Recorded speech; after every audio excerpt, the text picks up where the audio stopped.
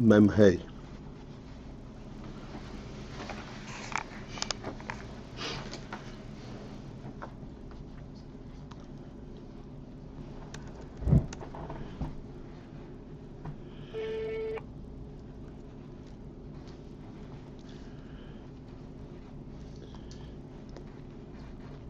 So, the specific union that we're talking about, ultimately to explain the union of Yesh Ayin, that there is Pnimis and Chitzonius, and ultimately what is being transmitted to the Talmud, to Mushpa, to Makabel, is Chitzonius. This is called Ha'ora Chitzonius. And this is true even in Hashpoz HaSechel, from Hashpiyah and Makabel, who are basically in the same realm.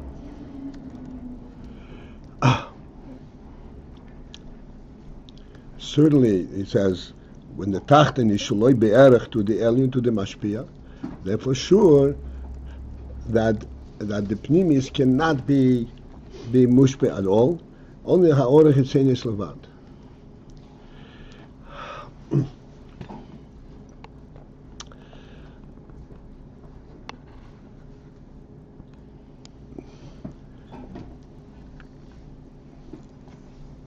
It would behoove us to go into this a little deeper.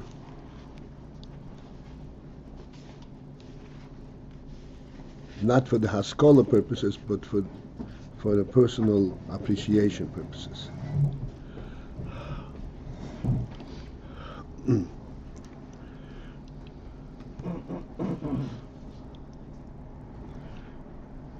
The Gemara says, Ad aboim shnin lekoyim inish adaita de rabbi. Up until the age of 40, one does not stand, which means one does not fully comprehend Das Rabbi. What does this mean? He was for 40 years, so to speak, he was a Talmud and a Talmud Muvhak. He followed his Rabbi, he really was into it. It was meant that Loikoim in Shadaita the Rabbi.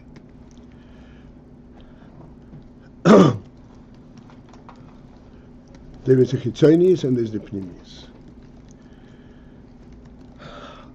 The Chitzonius is something that does not have its own inherent substantiation. It does not speak for itself. Oh, this is the truth.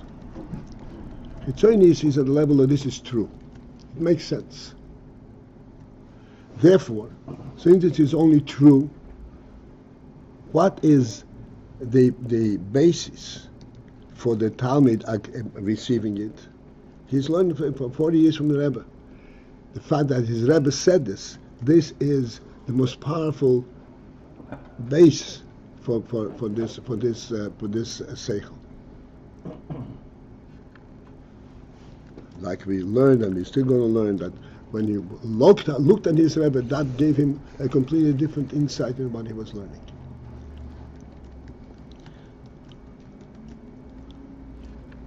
A sechel, we have to understand ultimately, even though sechel can be expressed in words, in machshava and so forth, the real source of the sechel is much higher than sechel.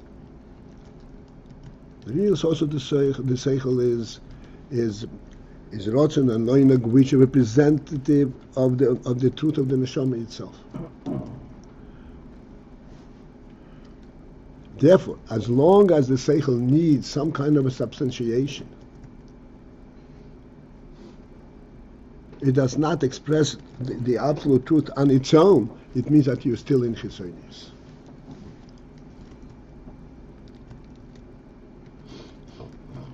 Pnimius, that is in direct connect. Pnimius HaSeichel, this is where the sechel comes from its source. That's the Pnimius HaSeichel.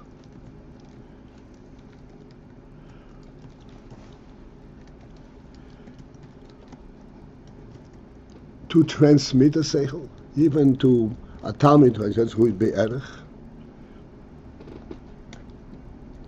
It has to be. It can only be transmitted at the chitzonius level, where there is a structure to the sechel, an order, and seems that this makabel does not sense the real source of the sechel. That's why he has a makabel. That means that he has to receive the sechel via the process of transmission through words and structures. This is already chitzonius. However, by the Talmud, this is his pnimius. By him, this is pnimius, because he is a Talmud, he is a makabel. And by him, the fact that he heard it from his Rebbe, this is a solid substantiation.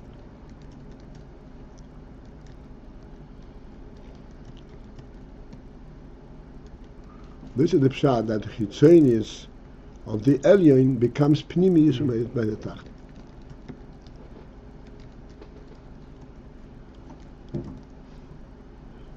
Why?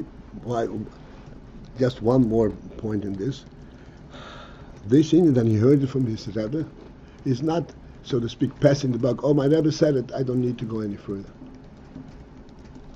But because he is taki, he is mekusha to his Rebbe, just like the sechel is mekusha to Ayin and Rotzen. Because he is mekusha to his Rebbe, that is really a substantiating inyan of an element in the sechel. He doesn't need to go any further. Our Rebbe once said that, our Rebbe, the Frierdiker Rebbe swore this was Torah Messina, no question about it. But there's once spoke about the Alter Rebbe, and even the Baal Shem Tov says, for us, we don't have to go any further. We have the Alter Rebbe. So we don't have to go any further.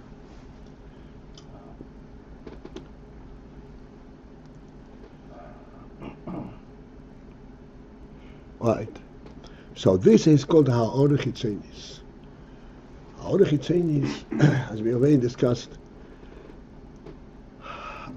Chitzonius means the effect of the sechel at the sechel level, rather than the reality of it as it is in the higher koiches hanefesh.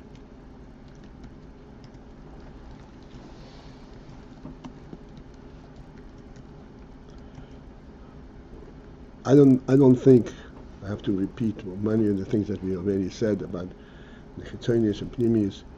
That ultimately, the chitzonius, in truth, represents the pnimius, but he sees it on the chitzonius level. Like we said, light that enables you to see in the dark represents the concept of light, but it's only chitzonius. You recognize it only from this functional level. Okay, at the end of the third line. In order to enable, to bring out this ha'orah. Clearly, this ha'orah is something that the Rav or the Elyon is not occupied with.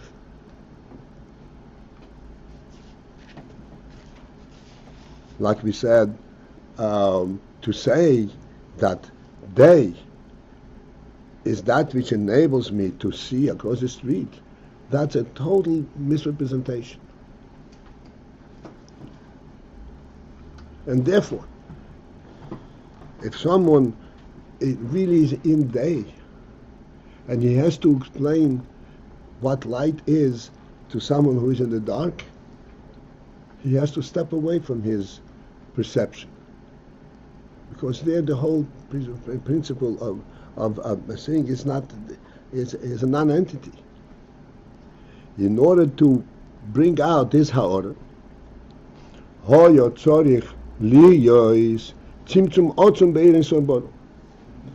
There had to be a very powerful tzimtzum in Oyer Ein Sof. I've already pointed out the emphasis on Oyer Ein Sof. Oyer Ein Sof means that it is limitless. Limitless means that it is related to the etzem. That's what limitless means.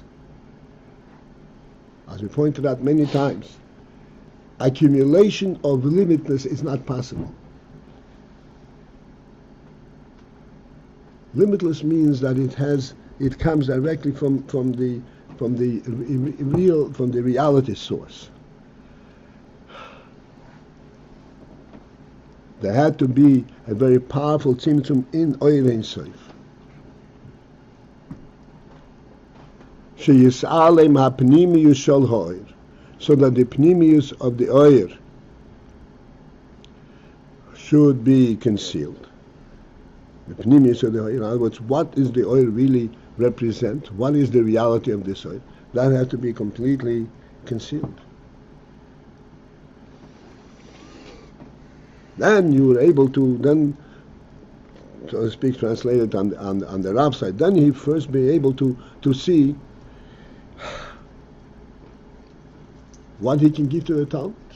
Because as long as the Rav sees the sechel, I'm going back to the Rav and Talmud, because on the Rav sees the sechel the way he sees it, mitzad the pnimiyus, he doesn't know what the Talmud doesn't know. You can't even begin to think what is missing. Because inside the pnimiyus, nothing is missing. As I said, Ayin Sof is not an accumulation of many finite elements. Therefore, he doesn't see what the structure of it. He doesn't see what is missing. Therefore, it has to be Yisraelim Apnimi Sol Ha'ir, a tzimtzum otzum, and this is called a tzimtzum otzum, a powerful tzimtzum, because the whole reality of the oyer is removed, and then he first begin to be able to see what pertains to the Talmud. V'yodua, he says in parentheses, it's known the oy from hatzimtzum.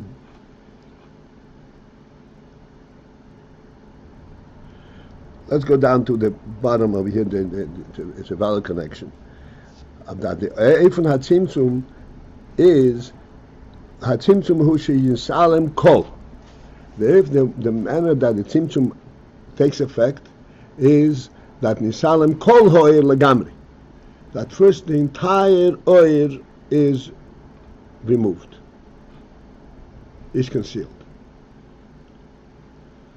And then it is reintroduced. When it is reintroduced, there is a consciousness of the oyer. Okay, I'm bringing out the oyer. When the oyer is there because of the expression of the pnimius, of the etzem, you can't find the chitzonis of the oyer.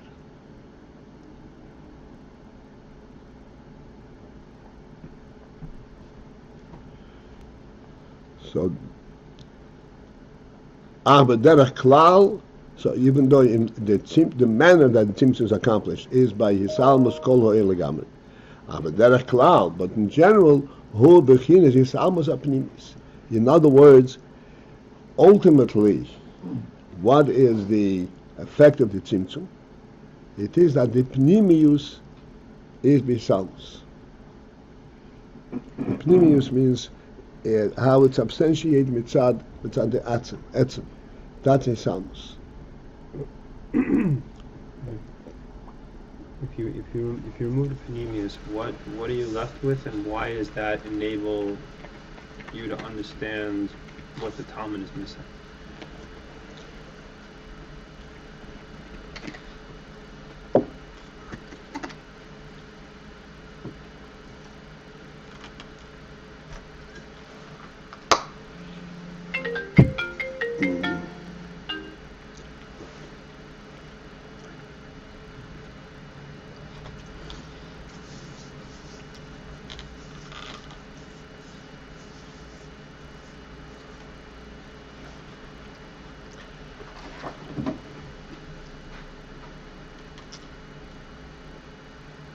the removing of the pnimius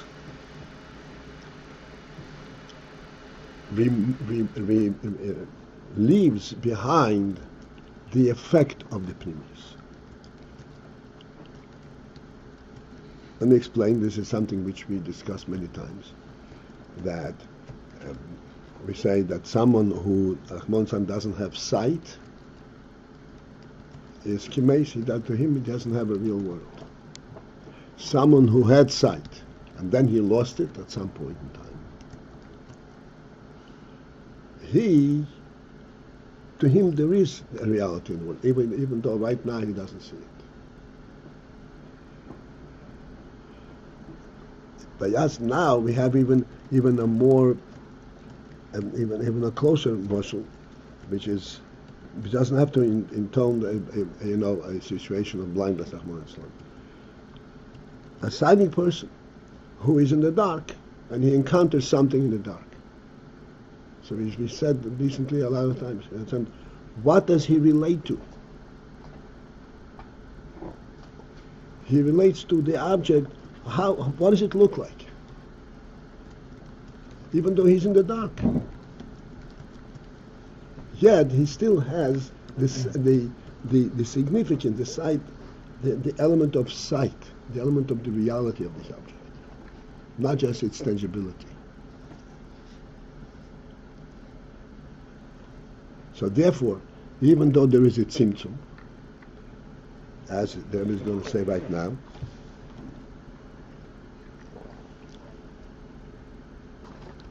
v'yachar ha-tzimtzum nishar nekudas harashimu.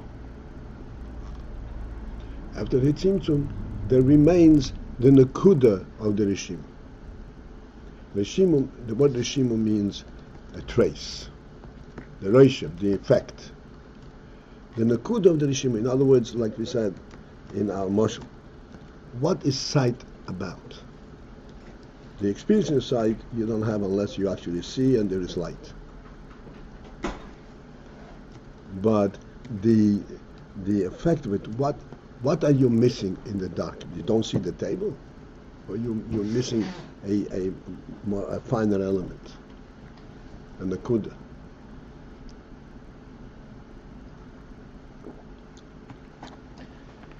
And that nakuda, in effect, remains.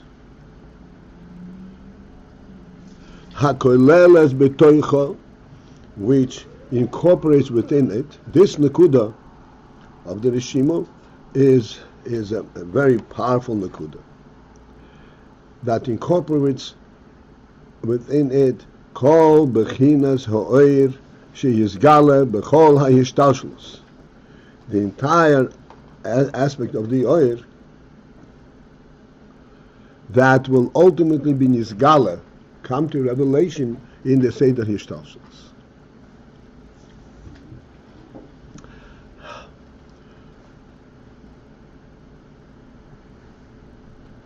Precisely what the Rebbe is saying is the following. There was a tzimtzum. Let us go to our moshel. One is sighted, and he has, but he is in dark. There is no light, and he doesn't in fact see. And he's projecting what the object looks like, as we said, through touch and so forth. At this point, when he's projecting what the object looks like on the basis of light, but the following that he's projecting light, normally when you say something, you don't have the discovery element, because, like say, this removes the whole darkness. There's no such thing. It's not possible not to see. So in light, there isn't this element of discoveries. It's visible. It's obvious. That's the way it is in light. When he sees within the darkness, there is the element of discovery. This is what it looks like. This is what it looks like. This discovery element, this has a shachas to oilmas. This already has a possibility of description. and because you come to it through description. Even though you're projecting it from the Rishima. This is why I said the Rishima, this Nekudas Rishima, Kislev betecha kol ha'oyer shel hishtalshelus. It's a tzimtzum, so the initial oil, the way it is before the tzimtzum, the pnimis oil, that has been removed. But nevertheless, so to speak, you have the projection of the oil. A projected oil has a way of shaykhus to hishtalshelus. There already you can identify all the things that you will project. And this is why I just want to call your attention to the words here. The kuda zuke lars betoicha, it includes in itself, what does it include? Kol bechinas ha'oyer sheyizgala b'chol ha'ishtalshelus. This is the principle that we explained all the way in the beginning. That what is oilam? What's so distinct about oilam versus elokus? That oilam has to be nizgala, has to come to be. Elokus doesn't have that element of coming into being. Therefore, from that cannot come. It has to come. You have to have an element in elokus that has the element of coming to being. This is as a result of the tzimtzum. The Rishimu provides that. Where the Rishimu really represents the oil that was there before the tzimtzum. Let us go for the moment back to our moshel. Why does a man in the dark project what they think it looks like? Because he has a preconceived. No, Shmuel, please. Yeah, okay. Why does he project what you think looks like? because in reality he knows that there is that truth. This is where he's coming from.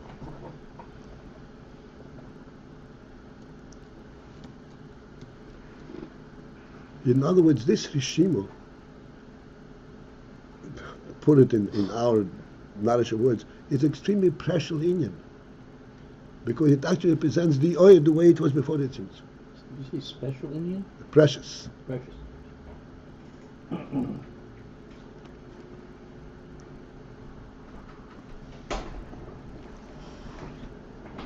The reason in the dark you project is because you have the element before when it is in the dark. When it's in the light. When it is light. Thank you. You have the element when it is light, before the tzimtzum, before the darkness. So this Nakudo Rishim is as if you have is that remaining point of That remaining point, but it is the oil shelifnei hatzimtzum in his salmos in a concealed manner, and this is why it provides a possibility of oil hishtalshelus. That now you can discover what is contained in the oil.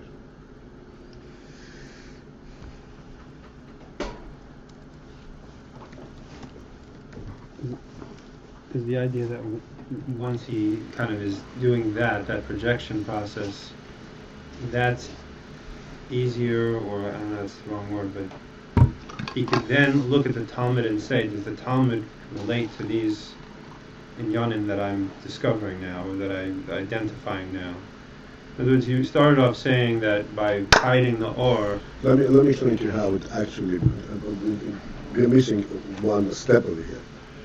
This is the step where the Rav discovers the sechel hashayach laTalmud. Yeah. Huh? Yeah. This is not the sechel as he's going to give it to the Talmud. The Rav first has to relate to the sechel hashayach laTalmud, and then he gives it to the Talmud. And what is the sechel that's shy for the Talmud? This is what the Rav sees in this Ishim. Why is that specifically shy for the Talmud? Because it's a discovery. Because there is an element that I can identify the structure, I can identify the everything that I see there. There is a discovery element, and therefore there is something that can be transmitted. It's more, it's worldly, it's more... Something that another full entity could be able to then absorb. Then, from this, he can then begin to transmit.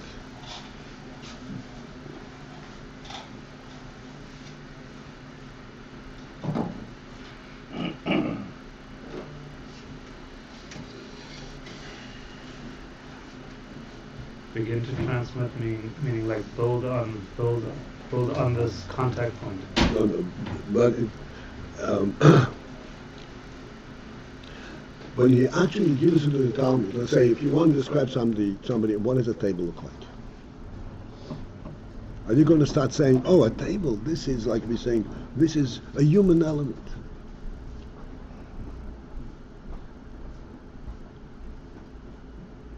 You can't present it that way at all. He doesn't know what you're talking about. You have to describe its structure. And this table is standing in front of the person. And it is solid, and here's how it is being used. Aha! Now I see what it is. And even when he sees it, in a very limited fashion. But how do you present it to him? You present it to him in the dark. How do you present something in the dark? How do you identify something in the dark? What its a tangible structure is. And then you go to its functionality, and you go to its human element.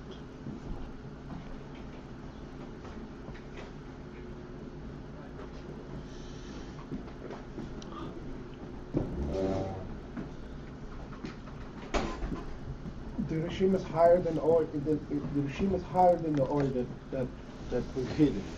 The regime is there. It doesn't depend on light. It doesn't depend. It remains. The light is hidden. The regime remains. The neshima is a regime of the pnimius or eish lifnei atzimtzum.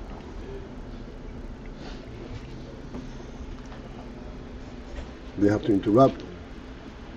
The neshima remains because in the eish lifnei atzimtzum there's an element that cannot be removed. But it is from the eish lifnei atzimtzum. This is it for this morning. You come to the tzimtzum.